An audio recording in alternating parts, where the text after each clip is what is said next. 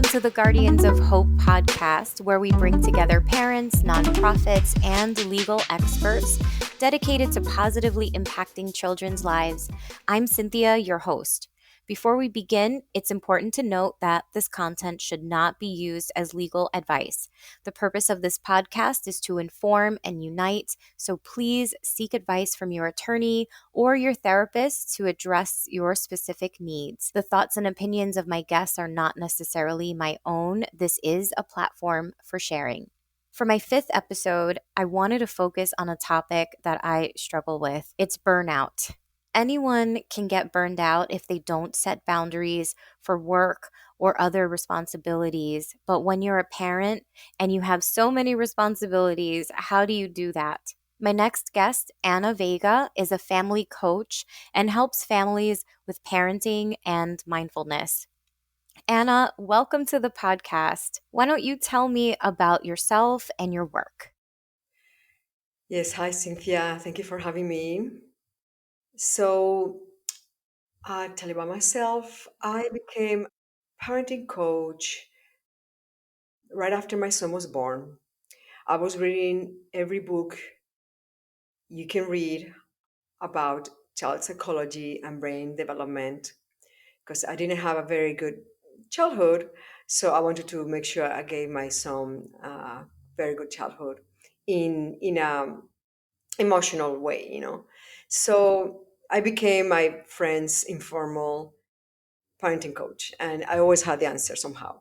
So I loved it, and I decided to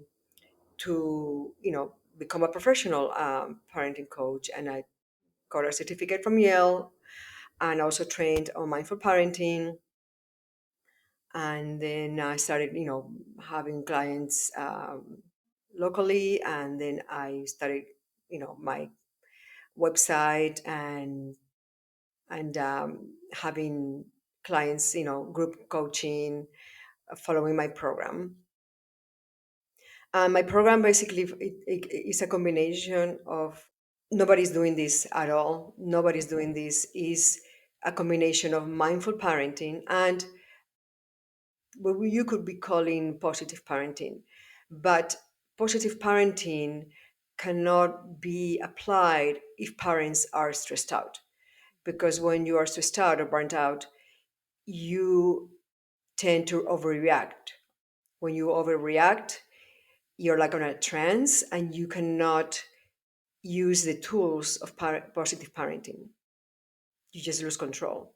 So the mindful parenting part, it is a beautiful process that helps you stay present, stay calm, and then you can use those positive parenting tools. Mhm. That is so true. Every time I find myself overwhelmed and just handling too much, I do tend to overreact when it comes to parenting my kid. And in part of that, it has to do with the reason being that I want to do everything and I feel guilty when I don't take care of everything. So I think that's part of the bigger problem is why do we feel so guilty, especially women and moms, when we have so much on our plates to take care of? Why do we feel guilty when we can't do everything? And what can we do to change our mindsets about that?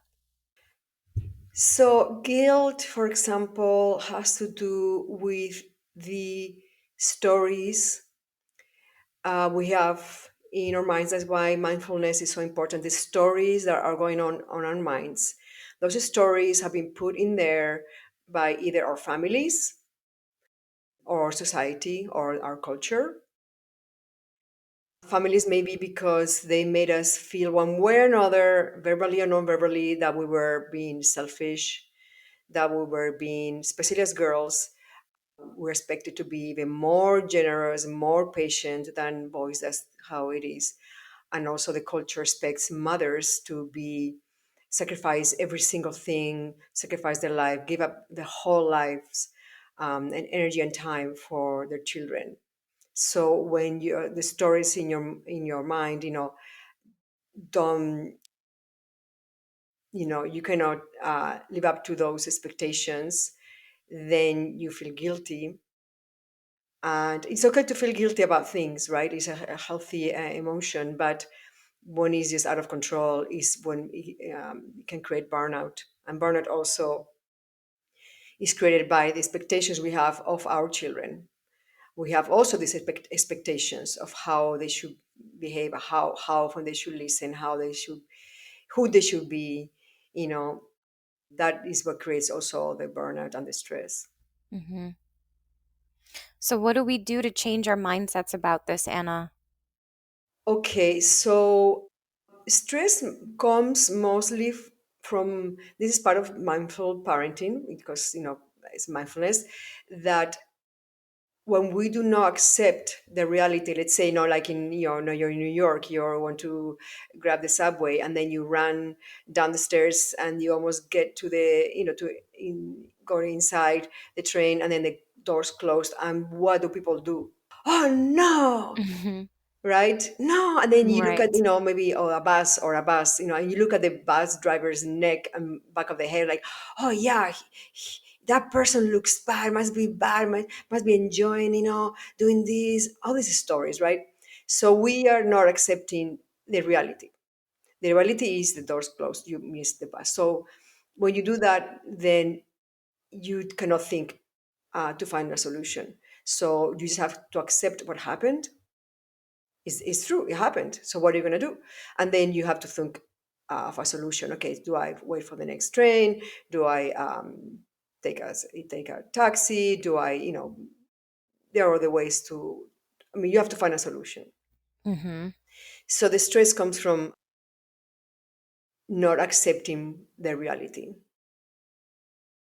Understood. So, understanding our realities and accepting the truth can help change our mindsets. Hmm. What about people like me, for example, who have kids with special needs or are single parents and have more responsibility and a lot of things to accept? How do we handle that? Well, I mean, one way, I mean, there are different tools and skills that I teach in my program, but yes, accept the reality, accept that, your child is, what it is. Also, let's say, as a single mom, maybe you're not going to be able to be like, reach those perfect standards of, let's say, maybe you normally are late for school, right? Maybe, I'm just giving an example. And the fear and the pressure we feel in the morning to get out the door and get to school, part of it is because of the stories we tell in our minds, that if we are late, the teachers, the administrators, the principal, whoever is going to judge us. Hmm. That's part of the stress, the fear of the judgment, because when people judge us, it, for our bodies, it feels like we are in danger. Right. Right. It does something to our adrenaline, doesn't it? Yeah, and the cortisol, and it has to do with how humans evolved, in small tribes. And if people in your tribe didn't like you and they told you to leave, you would die within, like, a couple of weeks. So it meant death. So it is still ingrained in our, primitive part of the brain, that people not liking us or judging us, they could reject us. It could mean death. So, but that's why mindfulness is so important, because you look at how your mind is, thinking all these things. And most of the times when we are stressed out, the things that minds think are completely absurd and crazy. I mean, even, like, Buddhist teachers say, like, when our minds are, we're tense or we're stressed out, is like, it's nonsense. It's pure nonsense. And then also when people, were arguing with people or whatever, people are stressed out or they say something to us, something rude or mean, it's also nonsense. Because when we are in our stressed out minds, we just say nonsense, because after you said those things, you feel bad. I say, wow, how could I have said that? That's not me. Right. Yeah, Yeah, you exactly. regret That it. wasn't you. And Ex- if someone is mean to you, it wasn't them also. Absolutely. So lowering expectations or just not worrying so much about what other people think about us and just trying to get our day to day task done successfully and healthily or healthfully is key. And I Uh-huh. think something that I've been juggling with is just letting things go sometimes, Hmm. right? Hmm. Yeah. Yeah, and also, the pressure of, let's say you plan, "Oh, okay, this Sunday, this Saturday, I'm gonna go with my kids to this place or this museum or this special place," and then in the morning you have a headache and you don't feel like it, and then you feel like, "Oh, okay, let's go," and you're not in the best mood, and they're not in the best mood, and then maybe you go, and then everybody's in a bad mood. Like, you know what? That day you should have stayed home and just in your pajamas and just play board games or whatever. But yeah, keep life simple. Yeah. Simple is key. Hmm. But the holidays are coming up and it becomes even more stressful and more expectations and family Hmm. obligations. What are some tips that you have for parents to make things less stressful during the holidays? Okay, the holidays are to be enjoyed. So Mhm. obligations, forget about obligations. Do what you feel like doing. Set Perfect. boundaries. Mhm. And there, I mean, my program, I teach what is called mindful boundaries, which is is you know super super effective, smart way to set boundaries, and the other person does not feel offended, doesn't feel attacked, and the other person responds in a positive way. So yeah, setting boundaries, like, I, this day I cannot go here, we cannot be there, or we can only be there for a couple of hours, or let's say about decorating the house, decorate less or don't decorate if it's too much for you. I mean, you can just say, put boundaries for yourself. You don't even have to tell other people. Just like, no, I'm not going to do this, I'm not going to do that. Just take the list of things that you're supposed to do and see if you can just do half of them. Mhm. And if people have a problem with some of the things that you don't want to do, just being pathetic and understanding, tell them that you understand they're disappointed, but this is for your own health and mental health. And if they can disappointed, it's okay. People can be disappointed. It's no problem.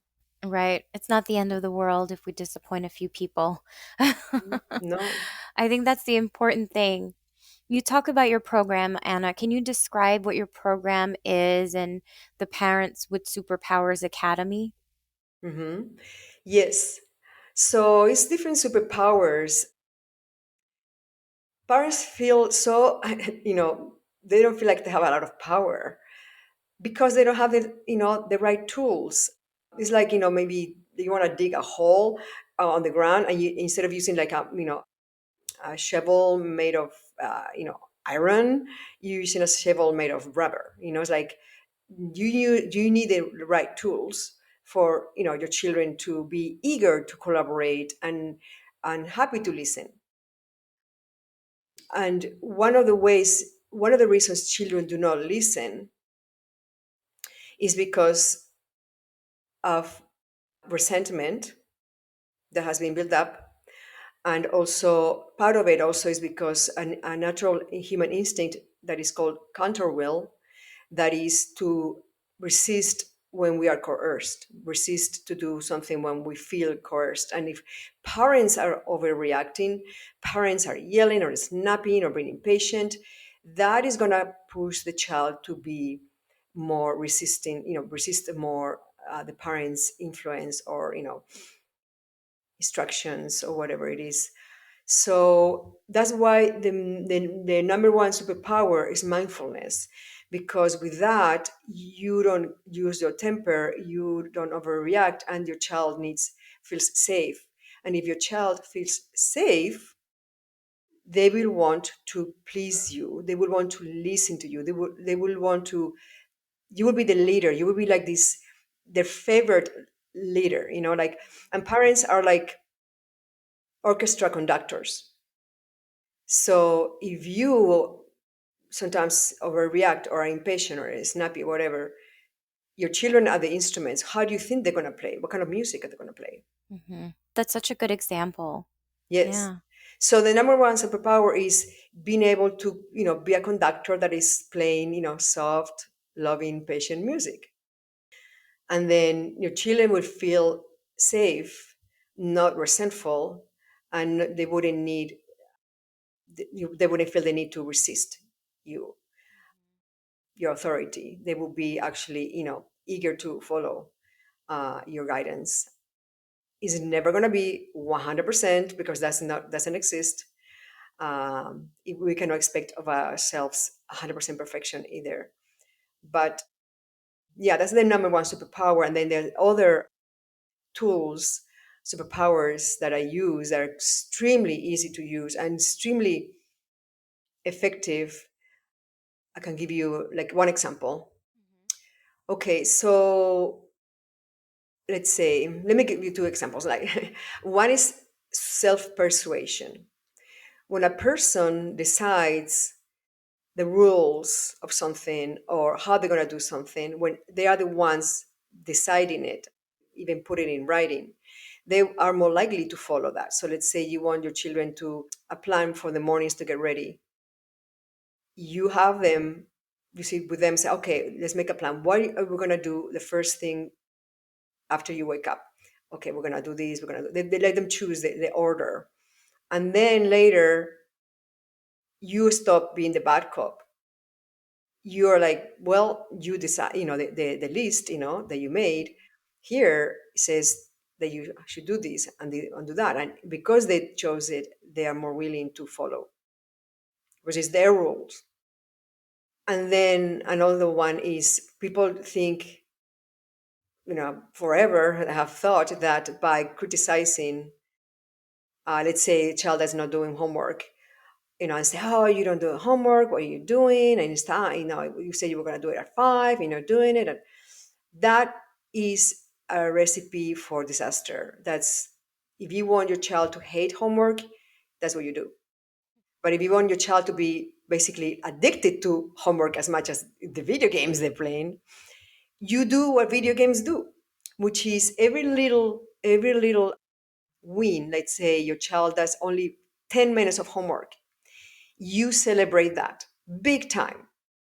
Because in a video game, when the child gets to certain level or whatever, I don't know because I don't play video games, there are all these like fireworks and very exciting.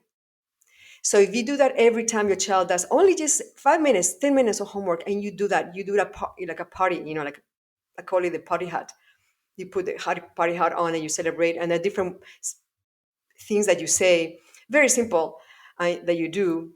This is based on neuroscience. Every time you do that after they do, let's say, homework, right after, and you do that for like a week or two, you're done. That child is going to be loving doing homework. So, Anna, when you talk about superpowers, can you tell me what's the most important superpower for us to have? Yeah, like I said earlier, the number one is being able to stay calm, to Hmm. stay compassionate, and to stay patient. That's the number one, and it's the hardest because if we have the habit of being triggered and then overreacting and we get under that trance that we just say and do the wrong things, that is what creates this distance between a parent and a child, and the child stops listening. Hmm. Okay. Anna, you have a free guide for listeners, right? What is this guide and where can they get it? Yes, they can get it today, right now, going to my website, which is Anna with one N. So it's Anna Vega dot co. It's not dot com, it's dot co. So Anna Vega Hmm. dot co, and Anna is with one N. And then on the homepage, they can see that you can, you know, sign up to get the this guide. It's a guide. It's entitled "How How to Prevent Family Meltdowns Before They Happen." I cannot wait to get my hands on this. And you are going to be so surprised of what you're going to learn there. Why children, throw tantrums or, have meltdowns. And two tools that I give to change that. But it's going to be very surprising how, Well, how it is. And then in that guide, you can get it for free. Also, I'm inviting your listeners to then also apply to I'm going to have a free mini training, live mini training, where I'm going to go even deeper with this. excellent. When is that mini training happening? Do you have a date yet? It will happen in couple of weeks or so. So just sign up, and then I will be sending emails with time in advance about it, and then yeah. Excellent. Once you have that date, Anna, I will post it on my social media as well. And when we get everything live with this podcast, we'll have it in our notes as well. So everyone can tune in to your live training and grab that free guide. I know I will as soon as I'm done speaking with you today. Yeah, and if someone wants to, talk to me, they can email me, go to my website, email me, and then we can schedule a discovery call to see if I can help them. All right. Anna, thank you so much for your time today. I hope that you can come back and we can dive deeper into other topics in another episode.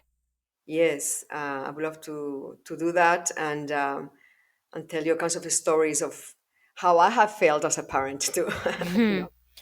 All of us do, but I think the saying is if you feel like you're not parenting right, you're parenting right because if you're already concerned Yeah, about the way that you're parenting, you're already there. You're already a good parent. So, thank you so much, Anna. And for all of our listeners, to learn more about Anna and her work and how to get help, go to annavega.co or you can email her at hello.annavega.co@gmail.com. great. Thank you, Cynthia. This was Thank you. lovely. Thanks so much. Before I let you all go, I want to give you one of my parenting hacks for battling burnout and fatigue. It's staying hydrated. My days tend to be nonstop, sometimes 12 to 16 hours straight, and that includes intense workouts too. So I add 1 packet of liquid IV to my water in the mornings, especially during the gym, and it hydrates me 2 times faster than water alone. I love that I could take the packets anywhere and they taste really good. My personal favorite is strawberry lemonade, but there's so many flavors to choose from and they even have sugar-free options. It's such a win for anyone who needs a little extra hydration, especially now during cold and flu season. Real people, real flavor, real hydrating. Get 20% off when you go to liquidiv.com and use my code HOPE4KIDS at checkout. That's 20% off anything you order when you shop for better hydration today using promo code HOPE4KIDS at liquidiv.com.